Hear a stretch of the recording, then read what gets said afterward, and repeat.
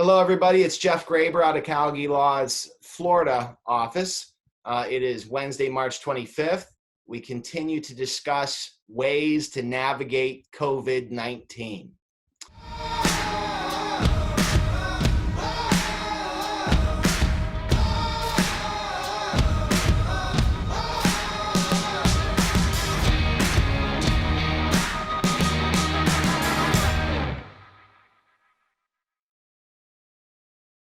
And with me today, partner Mike Smikin out of our New York and New Jersey office, who I'll introduce momentarily.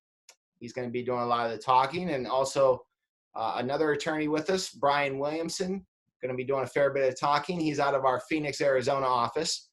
Both of these gentlemen are top-notch and should absolutely be resources for you folks during this time of struggle. But, as Callagy Law sees it, at least in the short term, as to how your business might protect itself during these closed door or slow down periods that you're experiencing because of the coronavirus, it would be for your business to first look at whether or not you've already got protection in place, insurance. We shot that video last week where Mike was interviewing me primarily. Tune into that if you haven't already. We acknowledge it'll be a tough coverage fine. But we have seen policies over the years that would have some light at the end of the tunnel on finding coverage for your business income interruption due to the COVID-19 virus or due to potential ramifications of that, such as civil authority instructions or what have you. And we will review your insurance policy for free. Contact us, please. We're here to help. In a video that we just shot as well, it's going to publish soon, we explored Plan B. Whether or not there's any financial resources out there for you at a governmental level or whatever to help your business stay afloat. In this video, we're going to discuss Plan C, the unsavory alternative potentially of having to lay off your staff or pieces of your staff. It would be regrettable if it comes to that, but there's measures and mechanisms in place to protect for that as well. And without further ado, let's get right into that. We've got Mike Smikin again. He's a partner out of the New York, New Jersey offices. He's going to start off this discussion and transition into Brian at some point as well. But Mike, as far as Plan C, if businesses regrettably had to get to the point of layoffs, where does it start? What does the Family First Act say about any of this? What did the new stimulus packages say about any of this? What about employment in general before you tee it up to Brian about the legal ins and outs to navigate in the unemployment process? Take things away for a bit, Mike. Yeah, sure. So, we're all talking about this, and I'm like, you know what, instead of us just talking about this with each other, why don't we just roll tape and let's put this out to the universe so they get the benefit of the types of knowledge and the way that we would approach these challenges if someone were to come and say, hey, my business is in trouble. And so here we are rolling tape, Plan A, Plan B, Plan C for you guys. And so Jeff, I appreciate the tee up on that. And there's two really big severes or things that are happening here. You have your state actions or things to worry about within the state in which you're operating your business or states that you're operating your business. And then you have federal law, right? And how federal law overlays the states and what impacts that has as well. And so when you figured out that your business interruption insurance is not going to cover this, and liquidity challenges are too high, and you have to start figuring out what to do because your biggest asset or your biggest, both your asset and your biggest liability is probably going to be your payroll and the employees that you're paying your wages and salaries to. A lot of employers are coming to the regrettable decision that they're going to have to start letting people go, furloughing them, transitioning them from salary to hourly, transitioning them from full-time to part-time. And so we would just want to help guide you with the types of things that you should be looking at. Of course, every state is nuanced, the federal law is nuanced, but there's three things really that every employer should be looking at. And the number one thing is what's been happening recently with moratoriums and new laws that are coming into effect, including, Family First, which came out on March 18th and goes into effect on April 2nd. and the stimulus package, which was just passed today, phase 3, as the government's now referring to it, and how those two interplay with one another, and they do. So, on Family First, and I'm going to let Brian talk about this a little bit more in depth, but I'll give you kind of the overarching view of it. Family First, on March 18th, created paid leave. And it made an obligation on employers to pay for time off for their employees if they, A, contract coronavirus themselves, B, a family member contracts coronavirus and they have to help take care of them, or C, schools close, childcare needs come into effect, and parents now have the obligation of choosing between work and their children, and clearly want to take care of their children, and providing some employer coverage when their employees have to make those types of decisions, will be going into effect April 2nd. There's a time frame Brian will talk about. And then you have the stimulus package, which came out today, which basically says, hey, we're going to inject liquidity into your business. We get it. Your challenge, revenue's down. You have bills that you have to pay. You have to pay your employees. You have to pay your utilities. You have to pay taxes. You have to pay all these things, your vendors. And so we're going to inject liquidity into your business. And if you retain all of your employees, and we don't know exactly what that means yet because we don't have the full text of the bill, but if you retain all of your employees, there's loan forgiveness that's available. So it's not even a loan, right, completely. It may be the case that some piece of this has to be repaid, but some piece of it is just a direct injection into the business, from Uncle Sam, from taxpayer dollars, or the Fed's going to print money. Who knows where that's going to come from. But that's something important that you guys really got to be paying attention to right now before you make any decisions on hiring, firing, because there's going to be impacts. And Brian, would you mind sharing a little bit about Family First and what kinds of things employers need to be looking at with the new Leave Act, and how the phase 3 is going to impact that? And let me interrupt, Brian, let me interrupt real quick. Yeah, go ahead. As you address what Mike has asked you to address, I think it dovetails, it's part and parcel with this. 2 questions of mine that I'd like you to maybe touch on when you're talking here in a minute, please. I had a dentist friend contact me on Sunday, and he and I were talking about what to do. And he was curious as to whether or not the whole layoff, leave, paycheck relief thing applied to him. So you're probably going to touch on this. And what I mean by that is this. The state of Florida, its governor, just said, hey, if you're a medical provider, dentists included, shut down except for the most essential of surgeries, the most essential of procedures, stop. We got to preserve medical resources. It's dangerous really to be interacting with folks right now anyways. Stop. Stop unless it's an absolute medical emergency, dentists included. So that's why this dentist has had to shut down. He doesn't have an employee sick. He doesn't have an employee saying a family member's sick and I need to take care of that family member. And he doesn't yet have an employee saying that I got kids at home now. I've got no resources to watch over them. I got to be at home with my kids. So is he exempt? Is his business exempt? Number one. And number two, his business is less than 50 people. And as I understand the legislation, the acts that are out there, if these small businesses are going to really get slammed by having to offer this leave to employees who might fall under one of those 3 categories, they can be exempt under a hardship perspective if their firm is 50 people or less.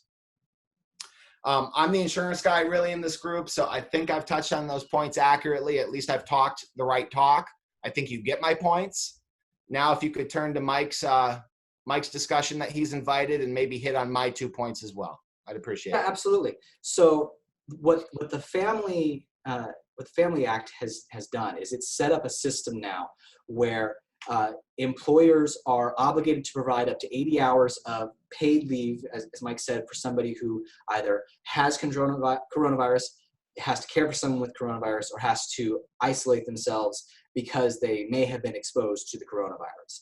And so you basically have 2 weeks of paid time that the employers are being obligated to pay for, but the government is saying, okay, we're going to fully reimburse you for that. We're going to make sure that you get credit to your payroll tax. We're going to make sure that you get reimbursed for this. It's going to cover the health insurance costs related to this. It's going to, for people who are self-employed, which, there's a lot of people who are self-employed, they get an equivalent tax credit for this as well, to make sure that this burden that's now being placed on the employer is something that is eased and should be net neutral in terms of actual cost, because the government is saying we're going to require you to do this, but we're also going to bear the burden of it.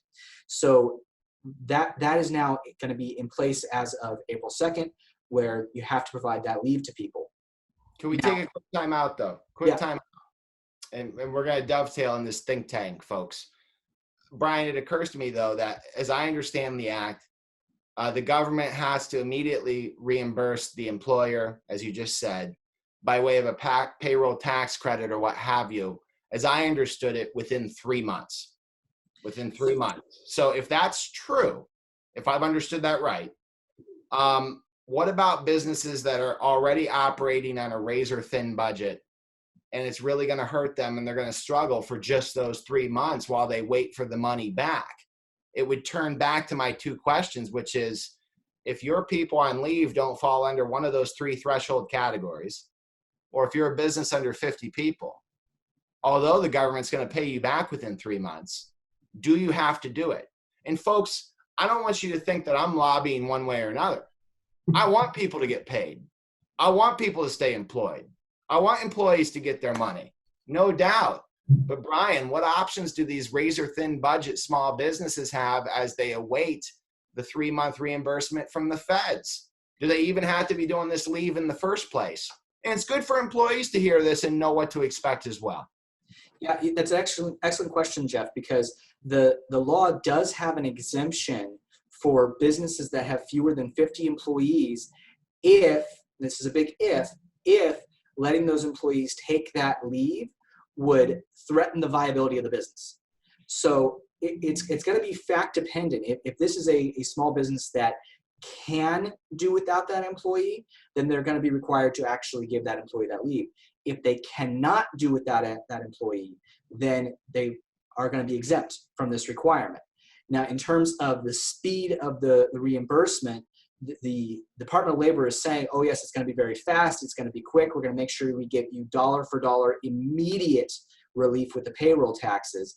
But with the federal government, immediate is a relative term. It's going to take a little bit of time. Well, I think I saw 3 months. Was I misreading something, or is that? No, I think that's accurate, but as to whether or not they're actually going to be able to do it within that time, what they're saying they're going to do and what the reality is going to be is we still don't know if that's going to line up, because this is brand new. This is something that they haven't done before. And so we're hoping that they're going to be able to do this quick and speedily. But we've seen the federal government, as well-intentioned as these people working there may be, they're going to get overloaded. And so it's something you have to make sure you're being proactive about in doing your part and following up and making sure that you're getting the credit that you are supposed to be entitled to. But reasonably and realistically, expect that there are likely going to be some delays in the process, just because if you're looking for this benefit, how many other businesses across the whole country are going to be looking for this benefit as well? It's a good chance it's going to get overloaded, but the money is going to be coming because it has been appropriated, it has been passed. The president did sign this into law. So we're probably going to see a little bit of a bell curve as things take off. Hopefully they hit it, nail right on the nail head immediately, but we'll see. I think we can expect to see a couple of hiccups along the way.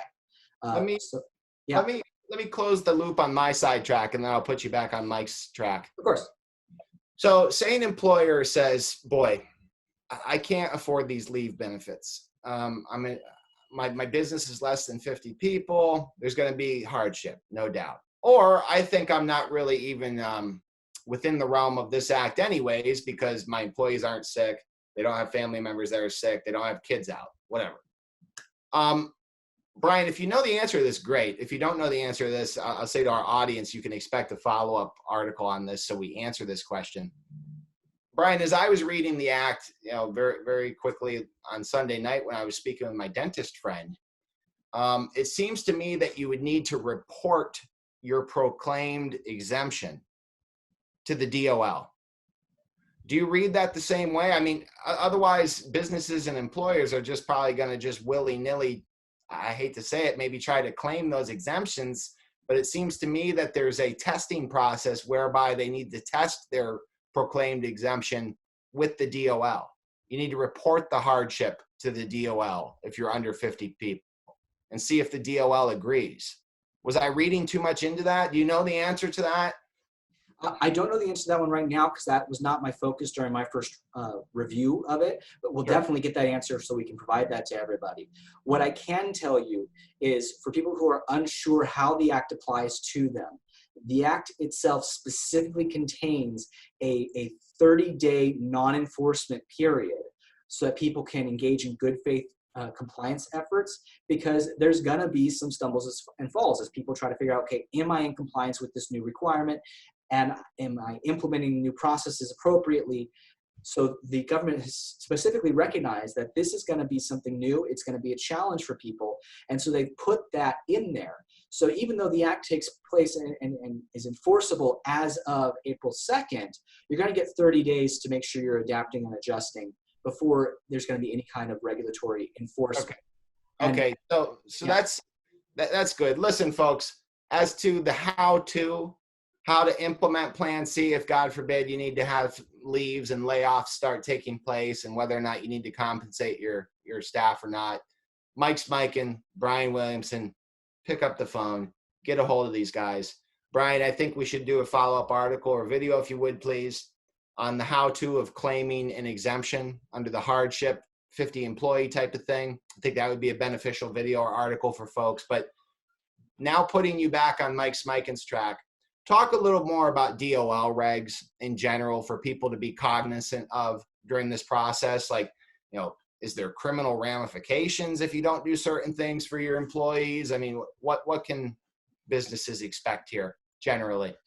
Yeah, this is a really important question for people because, what's changing, what's staying the same, it's all still kind of in flux. And the DOL is currently looking at easing some enforcement on some regulations and possibly suspending some, but they haven't made any major changes to their existing regulations up to this point.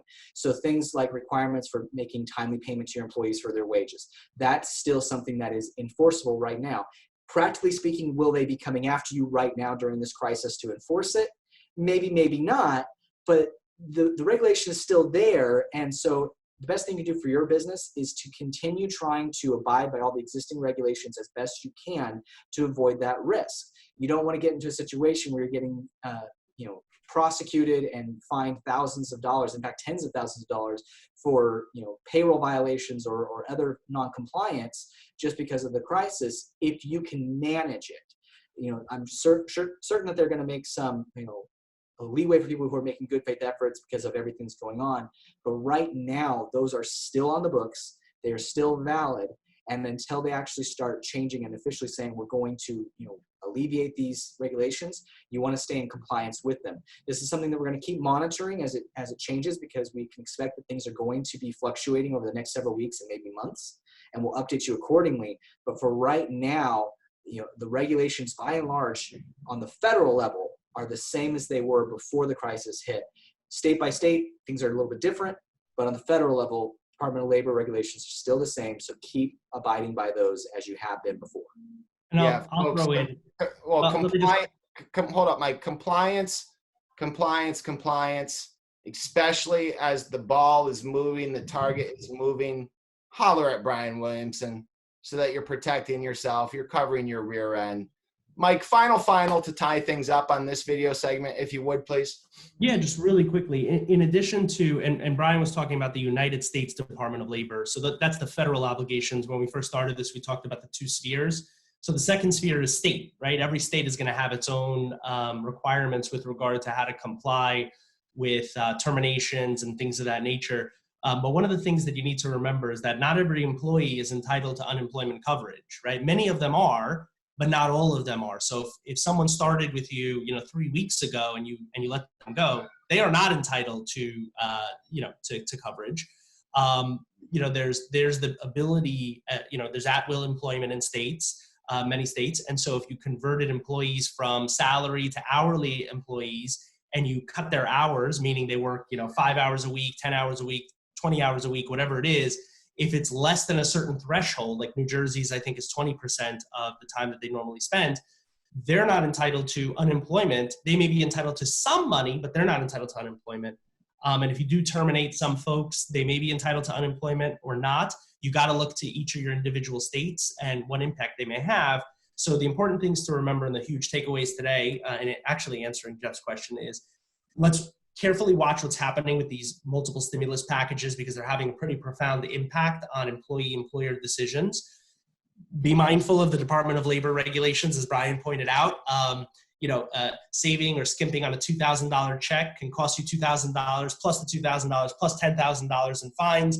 And if you do it enough times, I think it's 3 times, that's a criminal violation. So you may be going to jail, right? I don't think they're throwing a bunch of employers in jail, but that's a law that's still on the books and exposes employers. So be mindful of that. And then also be mindful when you're making termination decisions that not only are some of your employments not eligible for unemployment, they may not be eligible for the full amount of unemployment, and it may have an impact on these loans that you may be getting from the phase 3 stimulus packages. So the decisions that you make with regard to terminations, laying off, furloughs, whatever you want to call them, are very important decisions. You have to make them with great care. And I get it. A lot of people are scared and uncertain, and they don't think that they can make payroll, you know, 2 weeks from now. If you have any questions, you can look to your state, you can look to the government, you can call us. We're happy to provide information. And as I've said on other videos, if we don't have the right answers for you, we'll make sure that you end up with the right people. So Jeff, thank you so much for having this idea and making sure that we're doing these things and putting together the plan A, B, and C for folks, because I have a lot of my own clients that are very concerned and curious about, you know, what they do next in terms of their employees, in terms of their businesses, and how to make these obligations. All good, Mike. I appreciate you and Brian very much. Folks in the audience, these are our supermen. Brian was missing his matching hat with Mike there. See that? See that? It's true, though. It's a true illustration. Callagy Law is full of supermen and superwomen here to try to help you during these tough times. And as I've concluded each one of these videos, we are going to get through this. Keep your head up, work hard, stay positive. Thank you all very much. Later, folks.